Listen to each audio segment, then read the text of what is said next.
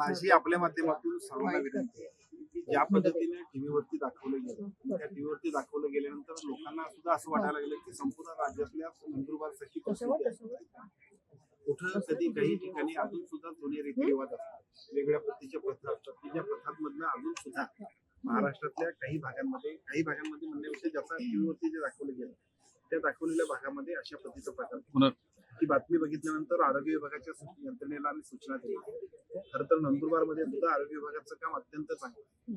Sickle sale असेल, haemophilia असेल, वेगवेगळ्या पद्धतीच्या लेप्रोसी, टीबी सगळ्या तपासणी आणि आरोग्याच्या संपूर्ण ज्या कामच्या योजना आहेत त्या प्रभावीपणाने आम्ही नंदुरबार जिल्ह्यामध्ये सुद्धा राबवतो. तथापि ज्या पाड्यांची जाहिरात आपल्याला टीव्हीवरती ज्या पद्धतीची बातमी बघितली तसा प्रकार नेमका जिल्ह्यात कुठं आहे त्याच्याबद्दल त्याच वेळाची बातमी बघितल्यानंतर आम्ही आमच्या यंत्रणेला आदेश दिलेत. आणि मला वाटतं असं वाटतं की 1-2 दिवसांमध्ये त्याच्यातली वस्तुस्थिती समोर आदिवासी पाड्यांमध्ये अजून सुद्धा एका बाजूला शासकीय यंत्रणा, अवेअरनेसची कॅम्पेनिंग, सामाजिक कार्यकर्त्यांचं प्रबोधन करण्याचं काम खूप चांगल्या पद्धतीने चाललंय. तरी सुद्धा जुन्या रीतिरिवाजातून अजून सुद्धा आमचे आदिवासी बांधव काही ठिकाणी बाहेर येतात आणि त्यातलाच तो प्रकार आहे. पण त्याची दुरुस्ती करणं, त्यांचं काउन्सिलिंग करणं, त्यांना राईट आपल्या ह्या सगळ्या एकूण आरोग्याच्या सेवांचा लाभ करून देण्यासाठी जे काही करावं लागेल ते करण्यासाठी आम्ही कटिबद्ध आहोत. सर, अनेक आदिवासी पाडे जे आहेत त्या आरोग्य यंत्रणेपासून वंचित आहेत. तर अशा ठिकाणी आरोग्य यंत्रणा सज्ज करण्यासाठी आपण काही पावलं उचलणार आहात? मी आपल्याला सांगतो की आरोग्य विभागाची यंत्रणा ही आदिवासी पाड्यांमध्ये अगदी छोट्या मोठ्या खेड्यापाड्यामध्ये जाते, तशीच आदिवासी पाड्यांमध्ये सुद्धा अगदी दुर्गम भागामध्ये जंगलामध्ये सुद्धा आमचे सगळे लोक काम करतात. विशेषतः आमचे सगळे एएनएम असतील, आमच्या सगळ्या आशा सेविका असतील, हे सगळेच लोक अगदी दुर्गम भागामध्ये फील्ड व्हिजिट करत असतात. दररोज त्यांच्या माध्यमातून बाईक मॉनिटरिंग केलं जातं. आता हे सगळं होत असताना अजून सुद्धा त्याच्यामध्ये काही सुधारणा करतात. उदाहरणार्थ मी आपल्याला सांगितलं की पलीकडच्या बाजूला नंदुरबार जिल्ह्यानंतर पलीकडे सरदार सरोवर आणि सरदार सरोवराच्या पलीकडे एक 4-4.5 हजार आदिवासी पाड्यातले लोक. त्या ठिकाणी जायचं झालं तर एकच नाव. मी मध्यंतरी गेलो होतो तर त्या नावेत जाताना मला सुद्धा भीती वाटली. एवढ्या अशा पद्धतीच्या जे काही एकूण तिथला प्रवास आहे त्या प्रवासातून सुद्धा आमचे सगळे आरोग्य सेवक तिथे जातात आणि सेवा देतात. आता आम्ही तिथं असं करतो की ड्रोनच्या सहाय्याने म्हणजे विशेषतः ज्यावेळी पाऊस असेल किंवा अन्य काय अडचणी असतील तर ड्रोनच्या सहाय्याने सुद्धा जी औषध आहेत ती औषधं पोहोचवण्यासाठी आता आपण ड्रोनची काय करतो त्याचं पुढच्या महिन्याभरामध्ये आदरणीय मुख्यमंत्री महोदयांच्या आशीर्वादाने उद्देश इतकाच आहे की शासनाच्या सगळ्या योजना अधिकाधिक लोकांपर्यंत पोहोचल्या पाहिजेत आणि ज्या गरजू आहेत आवश्यक अशा पद्धतीच्या ज्या सुविधा मिळाल्या त्यासाठी आपला साधारण किती ड्रोन आहे औरंगाबाद खंडपीठानं दखल घेतली आणि 16 तारखेपर्यंत त्याचा अहवाल मागितलेला आहे. माझी आपल्याला विनंती आहे की आपण सर्वच जण या आरोग्याच्या सेवा अधिकाधिक चांगल्या पद्धतीने देण्याचा प्रयत्न करू. ठीक आहे, उणीव एखादी आहे पण ती उणीव का आहे आणि त्याच्यासाठी काय करायला पाहिजे यासाठी सरकारची जबाबदारी आम्ही करतोय. आपल्याला 2 दिवसांमध्ये या सगळ्याबद्दलची स्पष्टता अजून चांगल्या पद्धतीने देऊ. सर, ड्रोनच्या माध्यमातून आपण औषध पुरवठा किती ड्रोन्स विकत घेण्यात आलेले नाही, 2 ड्रोन आपण घेतोय की ज्या 2 ड्रोनच्या माध्यमातून पहिल्यांदा राज्यात असा प्रयोग होईल की ज्याच्या माध्यमातून आपण इकडच्या बाजूला असणाऱ्या सगळ्या औषधांना ज्यावेळेला अडचणीच्या वेळेला पलीकडे जाता येत नाही, विशेषतः रात्रीच्या वेळेला तरी औषधाचा पुरवठा करता येत नाही, अशा वेळेला या सगळ्या गोष्टी आपण इथूनच मॉनिटरिंग करून पलीकडे सरदार सरोवराच्या पलीकडे नंदुरबार जिल्ह्यातली जी आदिवासी पाड्या आहेत आपण पोहोचतो. म्हणजे हा प्रायमा बेसिकली प्रयोग राहणार आहे आणि तो जर सक्सेसफुली ठरला तर पुढे नाही अशी प्रसंग काय फार सगळीकडे होत नाही. काही अपवादात्मक ठिकाणी की जिथं आपल्याला जाताच येत नाही अशा ठिकाणी आणि हा प्रयोग करणं आवश्यक आहे म्हणून चालू करतो.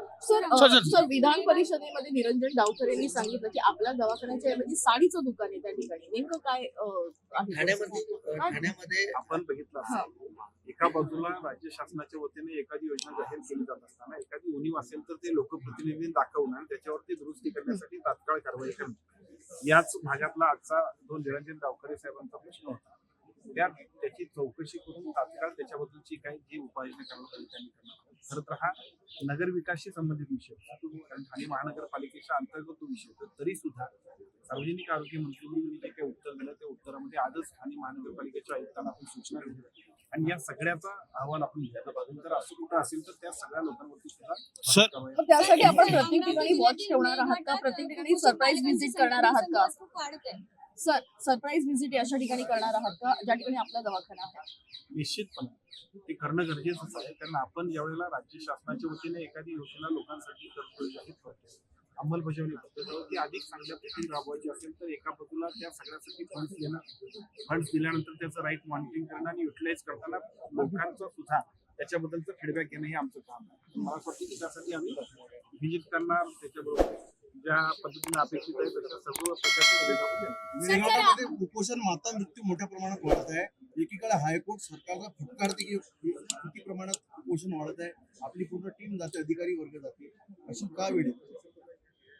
मेळघाटमध्ये अनेक अडचणी ज्या आहेत त्या अडचणीमध्ये आता काल सुद्धा आपण बघितलं असेल तर टीव्हीवरती आपण बघितलं असेल किंवा काल पेपरला तिथं असणाऱ्या तिथली एकूण भौगोलिक परिस्थिती जी आहे ज्या भौगोलिक परिस्थितीमध्ये सुद्धा आपल्याला हे सगळ्या सुविधा देताना अडचणी, विशेषतः तिथे वीज नाही त्यामुळे जनरेटर सुद्धा चालू नसतात. अशा सगळ्या गोष्टी जनरेटरवर आता आम्ही आमचे लोक तिथं तिथे मागच्या 4 महिन्यांपूर्वी मी स्वतः सुद्धा मेळघाटला गेलो आणि त्यानंतर ज्या काही सुधारणा झाल्या त्या सुधारणांचा सुद्धा रिपोर्ट त्या तिथल्या स्थानिकच्या नागरिकांनी पहिल्या टप्प्यातल्या ज्या काही सूचना सुधारणा अपेक्षित होत्या त्या आपण करतोय. अजूनही सुधारणा करणं आवश्यक आहे पण ते करतो. 5 लोकांचा वाघांनी खाल्ला आतापर्यंत. 6 महिन्यात 5 लोकांचा मृत्यू गेला आहे वाघांनी खाल्ला. त्यासाठी काय आज आपण बघितलं बिबट्यांचा प्रश्न जो होता त्या बिबट्यांच्या प्रश्नावरती साधारणतः 1.5 तास चालला. अलीकडच्या काळामध्ये सुप्रीम कोर्ट आणि पर्यावरणवाद्यांच्या सगळे एकूण झालेले सगळे नियमावली आहेत त्याचा फटकाच सामान्य नागरिकांना बसतो की काय अशी परिस्थिती आहे. कायद्यामध्ये सुद्धा केंद्र शासनाने बदल करणं अपेक्षित आहे असं मला वाटतं. आता हा अर्थात केंद्र शासनाच्या आणि सुप्रीम कोर्टाच्या फोरम मधला हा विषय आहे परंतु गंभीर परिस्थिती आहे की उद्या भविष्य काळामध्ये याच्यावरती काहीतरी निर्णय जर घेतला नाही तर सामान्य माणसाला सुद्धा थोडीशा सर, येणाऱ्या निवडणुकीमध्ये भाजप आणि शिवसेनेची युती तर आहेच, परंतु हिंदुत्वाच्या मुद्द्यावरून राष्ट्रवादीला घ्यायचं का नाही ह्याचा संभ्रम आहे असं समजते. राज्याच्या राजकारणामध्ये आणि देशाच्या राजकारणामध्ये महायुती म्हणून आम्ही सगळेजण एकत्र आहोत. आपण सगळेजण म्हणतोय की महायुती म्हणूनच निवडणुका लढवण्याबद्दल त्यांनी आमच्या प्रमुख नेत्यांनी सातत्याने आम्हाला कालच्या नगरपंचायतीमध्ये सांगितलंय, महानगरपालिकांमध्ये सांगितलं आणि स्थानिक स्वराज्य संस्थांमध्ये सांगितलं. त्यामुळे मला असं वाटतं की हा विषय आता येणार नाही.